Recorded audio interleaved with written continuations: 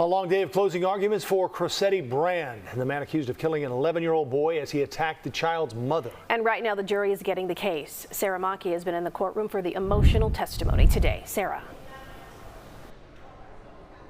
Right, Joe, Eric, we're told right now that the judge is giving jury instructions. Jurors here at 11 o'clock this morning, closing arguments just wrapping about 15 minutes ago. And it was a very emotional day. At multiple points, we had several people, friends and family members of the victim, who had to walk away as the prosecutor were outlining their evidence in the death of that 11-year-old. This has been getting a lot of attention after some of the failures of the justice system that were highlighted by our investigators.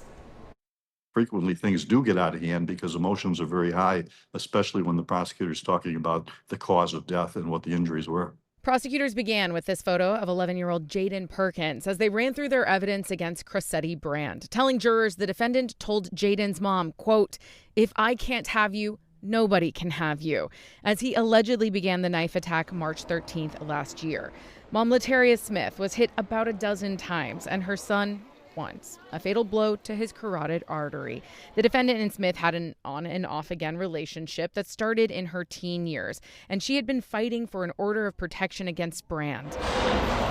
Cook County State's Attorney Eileen O'Neill Burke watching closing arguments. Based on the history of this case and all the problems that occurred, not only with the arrest and with what happened with the Prison Review Board and a judge not ordering an order of protection when the complaining witness came to the courtroom asking for help, I would be surprised if the state's attorney of Cook County wasn't sitting in that courtroom. Prosecutors say Brand had been obsessing over revenge during his time in custody, believing that Smith was the reason for his return, and wasted no time when released from the Illinois Department of Corrections at 6:08 p.m. the night before. Just 9 minutes later, prosecutors say he started a series of back-to-back calls to Laterria Smith, all from a blocked number. It wasn't until after the call started that IDOC notified her of his release.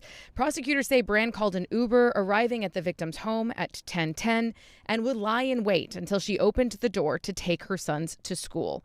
Representing himself, Brand began his own defense by reading an Illinois statute on self-defense, saying it was Smith who introduced the kitchen knife to the situation before it turned deadly.